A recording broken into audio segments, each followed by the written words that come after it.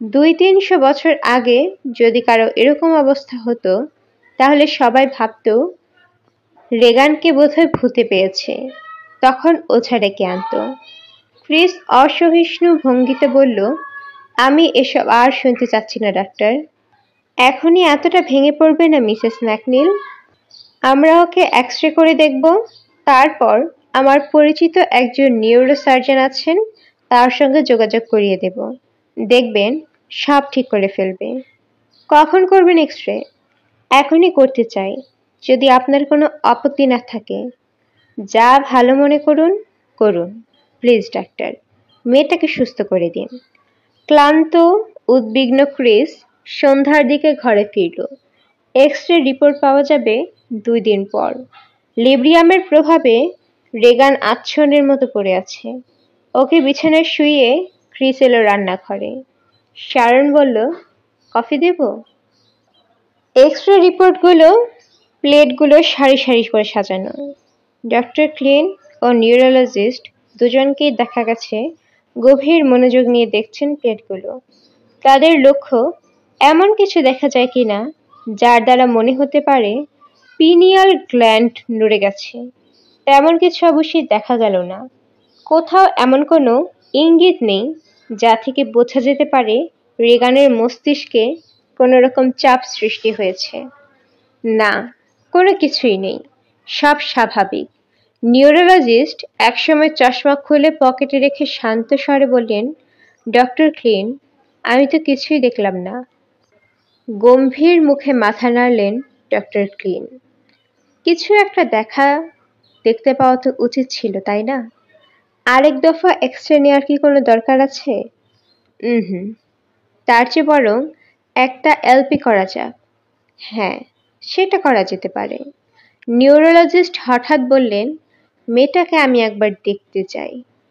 নিশ্চয়ই নিশ্চয়ই। আজকে আপনার সময় আছে? না, আজ একটু। নিউরোলজিস্টের কথা শেষ হবার আগেই টেলিফোন বেজে উঠল। Doctor clean? হ্যাঁ, কি ব্যাপার? মিসেস ম্যাকনিল আপনার সঙ্গে কথা বলতে চান। খুব নাকি জরুরি? কোন লাইনে আছেন? 12 নম্বরে। ঠিক আছে। ডক্টর ক্লিন বোতাম টিপলেন।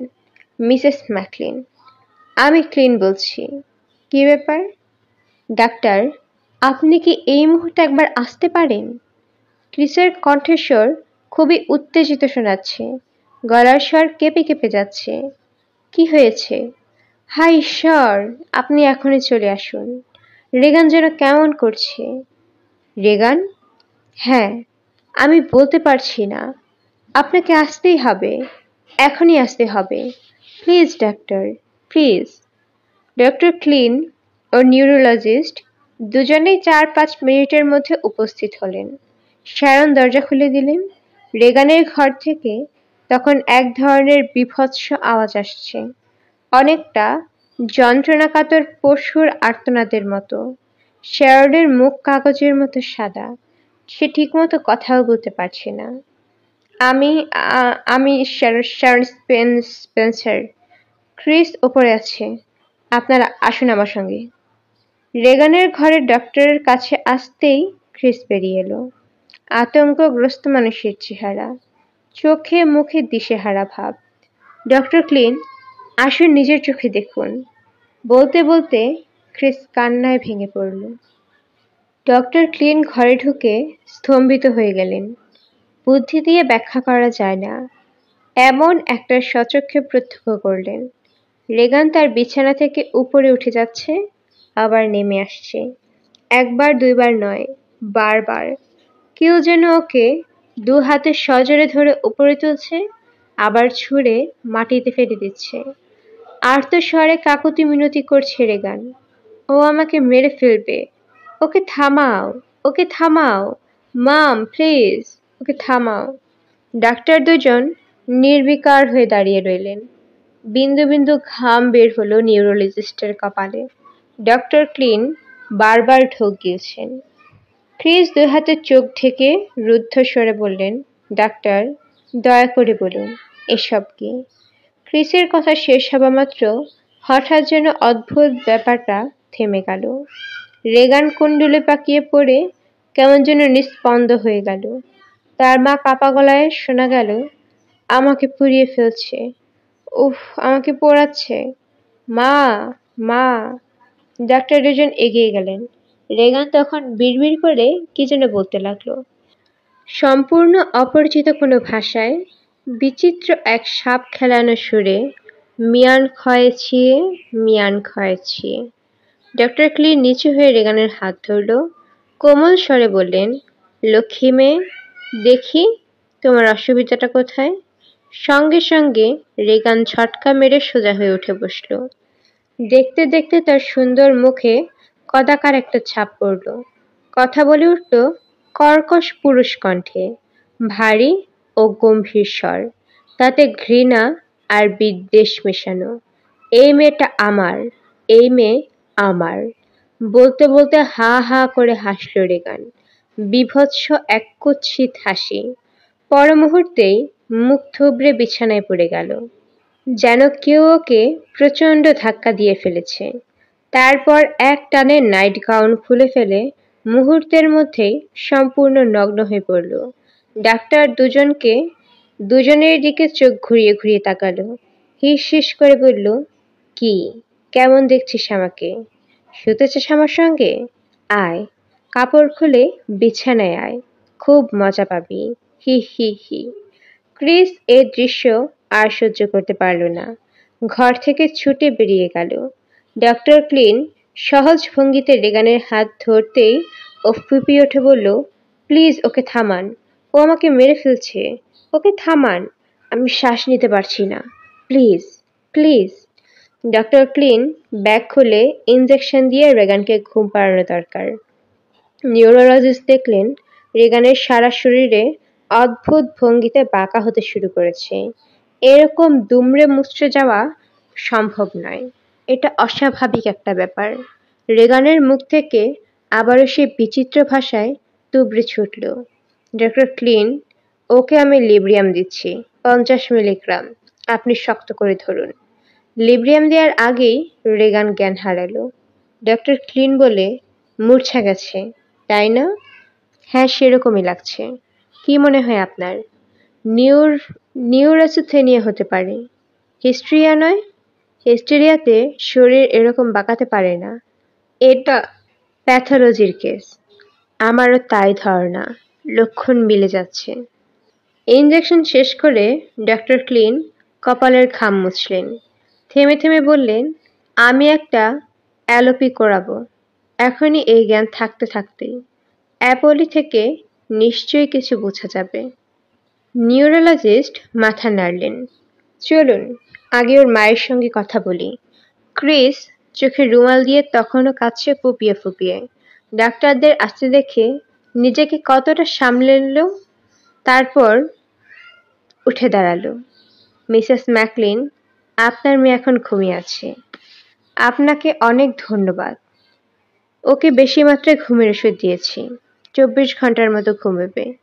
ভালো করেছেন ডক্টর। আমি লজ্জিত এরকম ছেলে মানুষের মতো কান্নাকাটি করছি, দয়া করে কিছু মনে করবেন না। না না, এতে লজ্জিত হবার কি আছে? মা কাঁদবেন স্বাভাবিক কারণেই। গোটা ব্যাপারটাই কেমন অদ্ভুত। আমি আপনার সঙ্গে পরিচয় করিয়ে দেই, ইনি ডাক্তার ডেভিড, নিউরোলজিস্ট। ক্রিস বলল, বলুন ডাক্তার, আপনি কি দেখলেন? আমার মেয়ে এখন পুরোপুরি উন্মাদ, ওকে কি কোনো সাইকিয়াট্রিস্টের কাছে নিতে হবে? ডক্টর ডেভিড শান্ত স্বরে বললেন, আপনার মেয়ের অসুখটা অস্বাভাবিক। এরকম অবস্থায় সবার আগে সাইকিয়াট্রিস্টের কথা মনে পড়ে, তবে আমার ধারণা এটা প্যাথোলজির একটা ব্যাপার। ঠিক আছে, কিন্তু এখন কি করতে চান? আমরা একটা এলপি করব, মানে লাম্বার টেপ করব। কি করবেন? স্পাইনাল কর্ড থেকে রস নিয়ে সেটা পরীক্ষা করে দেখব। ক্রিস হঠাৎ খাপছাড়াভাবে বলল, আমাকে একটা কথা শুধু বোঝান, কি করে ও বিছানা থেকে অমন উপরে আবার নিচে নামে? জবাব দিলেন ডক্টর ক্লিন, এর উত্তর তো আপনাকে আগেও দিয়েছি। Accelerated motor function. এর কারণ আপনারা জানেন? না, আমরা জানি না। লাম্বার টেপ কখন করাতে চান? এখনই। আপনার কোনো আপত্তি নেই তো? আপনাদের যা ইচ্ছা করুন, শুধু আমার মেয়েটাকে ভালো করে দিন। আমি আর কিছু চাই না। আমি যন্ত্রপাতি নিয়ে আসতে টেলিফোন করছি। ক্রিস বলল, কফি খান। কফি দিতে বলি? হ্যাঁ বলুন। লাম্বার ট্যাপের ফলাফল কখন জানাবো? আজই। তারা টেস্টটা করে ফেলল। রসলিন মেডিকেল বিল্ডিংয়ের একটা ঘরে ডক্টর ক্লিন রেগানের স্পাইনাল ফ্লুইড পরীক্ষা করেছিলেন। প্রথমে দেখলেন প্রোটিনের পরিমাণ কত। স্বাভাবিক। ব্লাড সেলের সংখ্যা স্বাভাবিক। কোনো ফাঙ্গাস ইনফেকশন হয়েছে কি? না, তা কিছু হয়নি। আর চিনির পরিমাণ ঠিকই আছে। রক্তের 2/3 পরিমাণ চিনি আছে। ডক্টর ক্লিন গম্ভীর হয়ে গেলেন। ক্রিস সারাক্ষণই পাশে ছিলেন। ডাক্তারের ভাবান্তর ওর চোখ এড়াল না। বলল, কি বললেন? কিছু কি বুঝলেন? মিসেস ম্যাকনিল, আপনার ঘরে কি ড্রাগস আছে? এলএসডি ড্রাগস বা অ্যামফিটামিন ট্যাবলেট? না ডাক্তার, এগুলো আমি রাখি না। ডক্টর ক্লিন শুকনো মুখে বললেন, আমার মনে হয় এখন আপনাদের একজন সাইকিয়াট্রিস্টের কাছে যাওয়ার সময় হয়েছে। আমরা কোনো কিছু ধরতে পারছি না। ক্রিস বাড়ি ফিরল সন্ধ্যা 7টায়। ক্লান্ত, বিরক্তও কিছুটা। বাড়িতে কেউ নেই। কয়েকবার শ্যারন শ্যারন বলে ডাকলো, কোনো জবাব নেই। উইলি আর কার্লকে ছুটি দেওয়া হয়েছে। ওরা ফিরবে রাত 8টার দিকে। কিন্তু শ্যারন রেগানকে ফেলে কোথায় গেল? দোতলার ঘরে গিয়ে ক্রিস দেখে রেগান গাঢ় ঘুমে আচ্ছন্ন। ঘরের বড় জানালাটি হাট করে খোলা। ঠান্ডা হাওয়া দিচ্ছে। নিশ্চয়ই শ্যারনের কাজ। জানালাটি খুলে রাখা যাওয়া ওর উচিত হয়নি। জানালা বন্ধ করে ক্রিস নিচে নেমে এসে দেখল উইলি ফিরেছে। কোথায় গিয়েছিলে উইলি? ম্যাডাম, কিছু কেনাকাটা ছিল। তারপর একটা ছবি দেখলাম। কার্ল আজকে আমাকে বিটলসদের ছবিটা দেখতে নিয়ে গিয়েছে। ও অবশ্যই অন্য একটা ছবি দেখেছে। ভালো। কার্লের তাহলে বুদ্ধি সুবুদ্ধি হয়েছে। ক্রিস টেলিফোন করে বসলো ওর এজেন্টকে। এ কয়দিনে সবার সঙ্গে যোগাযোগ প্রায় বিচ্ছিন্ন হয়ে গেছে। আফ্রিকায় ছবি পরিচালনার ব্যাপারটা কতদূর কি হলো সেই বিষয়ে খোঁজ নেওয়া দরকার। এজেন্টকে পাওয়া গেল না। রাত 8টায় শ্যারন ঘরে ফিরল। কোথায় ছিলে শ্যারন? ও তোমাকে কিছু বলেনি? কে? কি বলবে? বার্ক? বার্ক ডেনিংস? বার্ক? সে আবার কোত্থেকে এলো? আমি এসে তো কাউকে দেখলাম না। শ্যারন অবাক হয়ে বলল, বার্ক এসেছিল তোমার খোঁজে। আমি তাকে বসিয়ে রেখে ফার্মেসিতে গেলাম থোরাজাইন ইঞ্জেকশন কিনতে। বলে গেলাম আমি না আসা পর্যন্ত যেন কোথাও না যায়। ক্রিস অত্যন্ত বিরক্ত হলো। কঠিন স্বরে বলল, বার্কে তুমি এখনো চিনতে পারলে না? ওর মতো লোককে কোনো দায়িত্ব দিতে আছে কখনো? তুমি যেই বেরিয়েছ অমনি হয়তো সেও বেরিয়ে পড়েছে। ক্রিস আবার এজেন্টকে টেলিফোন করল। এবারও তাকে পাওয়া গেল না। উইলি বলল, ম্যাডাম, আপনি কিছু খাবেন? স্যান্ডউইচ? হ্যাঁ, আনতে পারো। কফি দেবো সঙ্গে? দাও। অনেক দিন পর ক্রিস টেলিভিশনের সামনে বসল। অতি বাজে প্রোগ্রাম, তবু সে নড়ল না। কার্ল ফিরল রাত 9:30টার পরে। তার মুখের ভাব কি কারণে যেন খানিকটা বিষণ্ণ। ক্রিস ঘুমোতে যাওয়ার জন্য টিভি বন্ধ করে যখন উঠে দাঁড়ালো তখন ঘড়িতে 11:45। আর ঠিক তখনই টেলিফোন বেজে উঠল। ফোন করেছে বার্ক ডেনিংসের ইউনিটের এক সহকারী পরিচালক। তার গলার স্বর ভাঙা। ক্রিস, খবর পেয়েছ? কি খবর? খুব খারাপ খবর। বার্ক ডেনিংস মারা গেছে। কি বললে? বার্ক মারা গেছে ক্রিস। তোমার বাড়ির উল্টো দিকের রাস্তার এম স্ট্রিটে তার লাশ পাওয়া গেছে। ঘাড় ভাঙা। তোমার বাড়ির পেছনে যে খাড়া সিঁড়ি আছে মনে হয় সেখান থেকে পা পিছলে পড়ে গিয়েছিল। ক্রিসের হাত থেকে রিসিভারটা পড়ে গেল। প্রায় সঙ্গে সঙ্গেই রেগানের ঘর থেকে ক্রুব্ধ কর্কশ আওয়াজ ভেসে এসলো। তারপর মনে হলো সিঁড়ি বেয়ে কে যেন ভারী পায়ে নেমে আসছে। ক্রিস ভয়ে আতঙ্কে চেঁচিয়ে উঠল, ডক্টর ক্লিনকে টেলিফোন করো। শ্যারন, ডক্টর ক্লিনকে বলো তিনি যেন এখনই আসেন। এক্ষুনি। কিন্তু শ্যারনের দিকে তাকিয়ে আর কথা বলতে পারল না ক্রিস। একটু নড়তেও পারল না। যেন জমাট বেঁধে গেছে ওর সারা শরীর। শ্যারনের পেছনে রেগান কখন এসে পড়েছে, ধনুকের মতো করে তার সারা শরীর বাঁকা, মাকড়সার মতো হাতে পায়ে হেঁটে শ্যারনকে অনুসরণ করে চলেছে। লক লক করছে রেগানের জিভ, আর হিসহিস জাতীয় শব্দ করছে। শ্যারন কোনো রকম উচ্চারণ করল ক্রিস। ওর দৃষ্টি তখন স্থির, রেগানের দিকে তাকিয়ে আছে। টেলিফোনের দিকে হাত বাড়িয়ে দিতে গেল, থামল শ্যারন, দাঁড়িয়ে পড়ল। পেছন ফিরে তাকিয়ে অবশ্য কিছু দেখতে পেল না, কিন্তু পরক্ষণেই ওর পায়ের গোড়ালির কাছে রেগানের জিভের ছোবল এসে পড়ল। শ্যারন আর্তস্বরে চেঁচিয়ে উঠল। ক্রিস ব্যাকুল হয়ে চিৎকার করছে, ডাক্তারকে ডাকো, আসতে বলো তাকে এখনই। যখন যেদিকে শ্যারন চলতে থাকে, রেগানও অনুসরণ করে সেদিকেই চলতে থাকে। কি ভয়ঙ্কর দৃশ্য! ক্রিস একজনের জন্য অপেক্ষা করছিল। অফিস ছুটির সময় সবাই ঘরে ফিরছে। রাস্তাঘাটে প্রচণ্ড ভিড়। ক্রিস এমন ভাবভঙ্গি করছে যাতে কেউ বুঝতে না পারে সে কারোর জন্য অপেক্ষা করছে। একজনকে এগিয়ে আসতে দেখে ওর দিকে গেল, কিন্তু সে নয়। যে আসছে সে কিছুতেই ফাদার ডেমিয়ান কারাস হতে পারেন না। লোকটার পরনে আধময়লা খাকি প্যান্ট, গায়ে নীল সোয়েটার। সে ক্রিসের দিকে বারবার তাকাচ্ছে। যে জায়গাটায় ক্রিস দাঁড়িয়ে আছে তা নদীর পাড়ে, অপেক্ষাকৃত নির্জন, কিন্তু লোকটা এমনভাবে দ্রুত পা ফেলে আসছে যে ক্রিসের আশঙ্কা হলো তার মতলব ভালো নাও হতে পারে। আপনি কি মিসেস ম্যাকনিল? আমি ফাদার ডেমিয়ান কারাস। নিজেকে সামলাতে ক্রিসের একটু সময় লাগলো। তাড়াতাড়ি সানগ্লাস খুলে ফেলল, প্রায় চিৎকার করে উঠতে যাচ্ছিল, ভেবে এখন ওর দারুণ লজ্জা লাগছে। আমাকে এইভাবে ছুটে আসতে দেখে ভয় পেয়েছিলেন নাকি? আমি ঠিক বুঝতে পারিনি আপনার ফাদার কারাস। তাই আমি অবশ্য ইচ্ছা করেই পাদ্রীদের পোশাকটা পরে আসিনি। আপনি বলেছিলেন গোপনে কথা বলতে চান, সেজন্যেই। ফাদার কারাস, আপনাকে আগে একদিন আমি বিশ্ববিদ্যালয় এলাকায় দেখেছি, তবু আজ চিনতে পারিনি।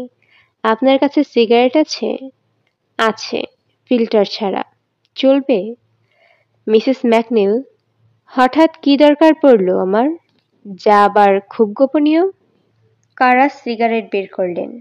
শুনলাম আপনি একজন নামকরা সাইকিয়াট্রিস্ট। ঠিকই শুনেছিলেন, নামকরা কিনা জানি না, তবে সাইকিয়াট্রিস্ট। আপনি কথায় পড়াশোনা করেছেন, হার্ভার্ড আর জন হপকিন্সে, তারপর বেলেভিউতে। আশ্চর্য তো, আমি কিন্তু আপনাকে একজন সাধারণ পাদ্রী মনে করেছিলাম। আমি আসলে তাই, মিসেস ম্যাকনিল। আপনি ফাদার ডয়ারকে চেনেন? হ্যাঁ, আমার ঘনিষ্ঠ বন্ধু। তিনি আমার বাড়িতে একদিন এসেছিলেন। ডমিয়ান কারাস জিজ্ঞাসু চোখে তাকালেন। ক্রিস থেমে থেমে বলল, তিনি কি আমার বাড়ির পার্টি সম্পর্কে আপনাকে বলেছে কিছু? না তো। আমার মেয়ের সম্বন্ধে কিছু?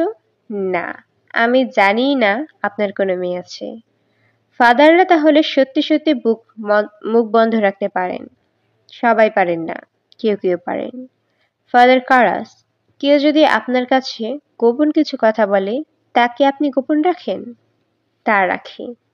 আচ্ছা ফাদার, ধরুন একজন খুব খারাপ লোক, একজন খুনি, সে যদি আপনার কাছে সাহায্যের জন্য আসে, তাহলে আপনি কি তাকে সাহায্য করবেন? কি ধরনের সাহায্য? ক্রিস আচমকা বলল, কারো উপর যদি শয়তান বা পিশাচের ভর হয়, তাহলে কি তা তাড়ানো যায়? আমি আপনার কথা ঠিক বুঝতে পারলাম না। ধরুন কারো উপর শয়তানের আছর হয়েছে। মিসেস ম্যাকনিল, এসব আজকাল হয় না। হয় না? কখন থেকে হয় না? যখন থেকে আমরা জানতে পারলাম যে মানসিক অসুখ বলে একটা জিনিস আছে। ক্রিসের মুখে চোখে হতাশার ভাব জাগতে দেখে ফাদার কারাস যেন অবাক হলেন। শান্ত স্বরে বললেন, আজকাল অনেক ফাদার শয়তানের অস্তিত্বে বিশ্বাস করেন না। শয়তানে বা পিশাচে পাওয়া বিশ্বাস তো দূর, অনেক দূরের ব্যাপার। আপনি কি সত্যি সত্যি একজন পাদ্রী? বাইবেলে তো মানুষের উপর শয়তানের ভর হওয়ার অনেক কাহিনী আছে। প্রভু যীশু খ্রিস্ট যেসব শয়তান তাড়িয়েছেন। মিসেস ম্যাকনিল, আসলে ওদের স্কিজোফ্রেনিয়া ছিল।